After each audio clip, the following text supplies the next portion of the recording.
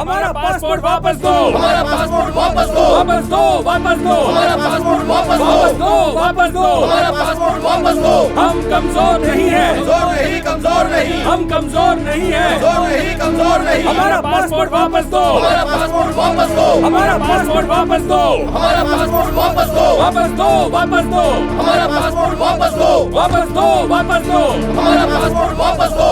अरे अरे अरे अरे शांत हो जाओ, मेरी बात तो सुनो। तुम लोग यहाँ क्यों जमा हुए हो? दादा हम 250 लोग हैं और हमें काम से निकाले हुए पूरे 3 महीने हो चुके हैं। हमारी तनख्वाह भी नहीं दी जा रही है। हम वापस जाना चाहते हैं पर हम वो भी नहीं कर सकते हैं। हमारे पासपोर्ट वापस नहीं कर रहे ये लोग। यहाँ तक कि 2 वक्त की रोटी खाने के लिए अब हमारे पास पैसे नहीं बचे दादा। अरे तनख्वाह नहीं दी तो भी फिक्र नहीं है हमें, कम से कम पासपोर्ट तो वापस दे दो। हम बस वापस अपने घर लौट जाना चाहते हैं। अरे शांत हो जाओ, मेरी बात सुनो, मेरी बात सुनो। अरे तुम लोग यहाँ झंडा उठा के कभी भी हड़ताल नहीं कर सकते हो। सुनो, ये अपना देश नहीं है, वो कभी भी उठा के तुम्हें जेल में डाल सकते हैं। तुम्हारे पास पासपोर्ट नहीं, फिर इतना हल्ला क्यों कर रहे हो? अरे जिस आदमी ने मुझे भेजा उसका नाम ईश्वर मूर्ति है। हम लोग आपस में बात करेंगे और कोई हल निकालने की कोशिश करेंगे।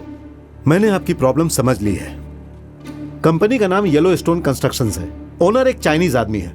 वो कहता है कि इनका वर्क परमिट कैंसिल हो चुका है और ये लोग जहाँ चाहे वहाँ काम कर सकते हैं। सर वो झूठ बोल रहा है सर, और इसलिए झूठ बोल रहा है ताकि वो लोग दूसरा काम ना कर सकें। हाँ भाई मुझे पता है, लेकिन ये कोर्ट में साबित करने में कई महीने बीत जाएंगे। तुम्हें उस ओनर से बात करनी होगी। बिना सोचे समझे तुम लोग किसी भी कागज पे साइन कर देते हो और पासपोर्ट भी दे देते हो। फिर जब प्रॉब्लम होती है तो हमारे पास आते हो। आई एम सॉरी गणेश, अगर वो मालिक नहीं माना तो मैं तुम्हारी कोई मदद नहीं कर पाऊंगा। सर लोगों ने उसके लिए अपना खून पसीना बहाया है, लेकिन अब उसके वॉचमैन इन लोगों को बुरी तरह से भगा के बाहर कर रहे हैं। हमें बस आपका ही भरोसा है सर, कुछ तो कीजिए सर, प्लीज सर। ये पुलिस वाले भी हमारी कोई मदद नहीं कर रहे दादा। इसका बाप जिंदगी और मौत से लड़ रहा है दादा। वहां जाकर ये अपने बाप से मिल पाएगा या नहीं मिल पाएगा हम ये भी नहीं जानते। मेरी बीवी पेट से रोज मुझसे पूछती है हॉस्पिटल के खर्चे के लिए पैसे कब भेजोगे, बताओ तुम पैसे क्यों नहीं भेज रहे हो। उसे किस मुंह से बताऊं कि यहाँ मेरी क्या हालत हो गई है दादा। छोड़ो, खुदकुशी एक रास्ता बचा है अब। अरे मैं भी तो तुम लोगों के लिए लड़ रहा हूँ ना, ऐसे मायूस नहीं होना चाहिए। जगन, माना हम लोग यहाँ इमिग्रेंट्स हैं, लेकिन हम लोगों ने पूरी ईमानदारी और लगन से काम किया है। उसकी कोई कीमत नहीं है क्या?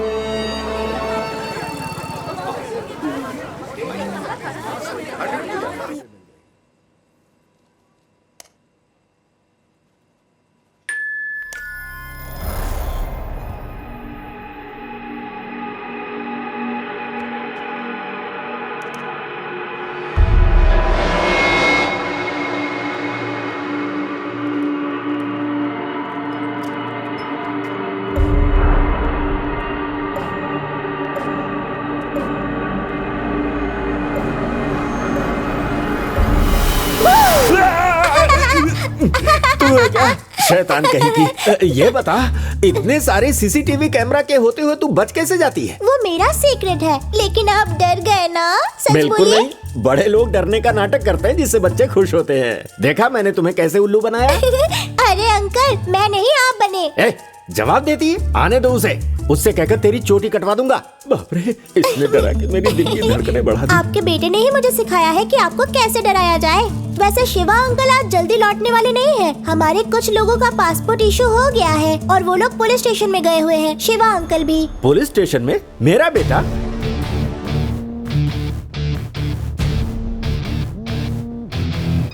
हेलो शिवा, कहाँ हो तुम? दिवाली आ रही है पापा, मिठाइयों की बड़ी ऑर्डर मिली है तो होलसेल में दूध खरीदने के लिए आया था। क्या हुआ? दूध लेने गया है। मुझे इस छोटी शैतान ने बताया कि पुलिस स्टेशन में कोई प्रॉब्लम हुई है और तू वहाँ पर गया हुआ है। मुझे तो विश्वास ही नहीं हुआ। Police station? मैं कभी वहाँ जा सकता हूँ पापा? कितना रिस्की होता है। सॉरी बेटा, सॉरी, मैंने तुम्हें फोन करके डिस्टर्ब कर दिया। अच्छा सुनो, इस साल की स्पेशल मिठाई क्या बनानी है? हलवा पापा। बहुत अच्छा। सुना तुमने? मिठाई के लिए दूध लेने गया है। मेरे संस्कार हैं, मेरा बेटा है, वो कभी भी जिंदगी में कोई रिस्क उठा ही नहीं सकता।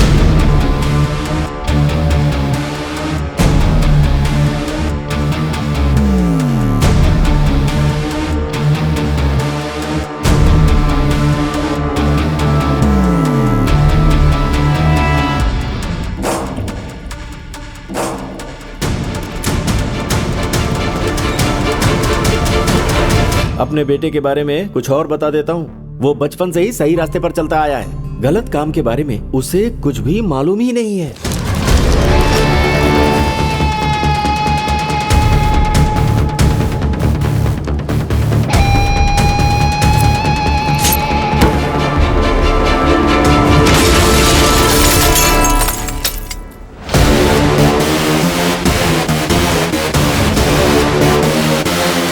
वो कभी भी किसी से झगड़ा नहीं करता।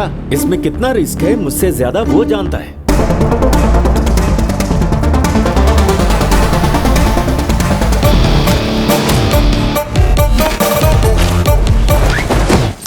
शिवा, मैंने कांच टूटने की आवाज सुनी। उसके दांत टूटे हैं। तू जल्दी से जीपीएस ट्रैकर चेक कर। ये कितना कॉम्प्लिकेटेड है।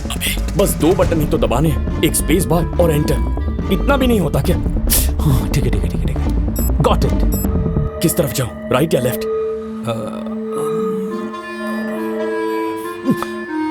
राइट।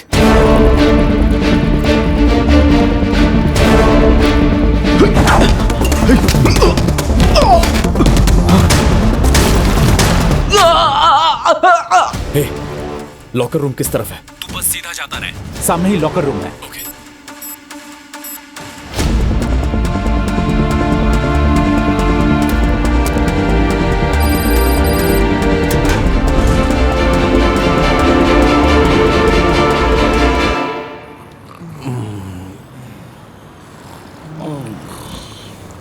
ए जगन, क्या हुआ? मुझे भूख लगी है यार। क्या करूं? तो मैंने कौन सी बिरयानी खाई है? देख नहीं रहा, तब से यहाँ पे पड़ा हुआ हूँ। एक नंबर की कमीने। हम लोग यहाँ पे सो रहे और हम पर कचरा फेंक कर जा रहे हैं, ये बेवकूफ। जगन, मुझे एक डाउट है। अब क्या है? तुझे याद है बाढ़ में फंसे लोगों को उन्होंने कैसे राशन पहुंचाया था? पता है ना तुझे? हाँ। वैसे ही शायद कोई हम पर तरस खाकर खाने की चीज तो फेंक कर नहीं गया होगा।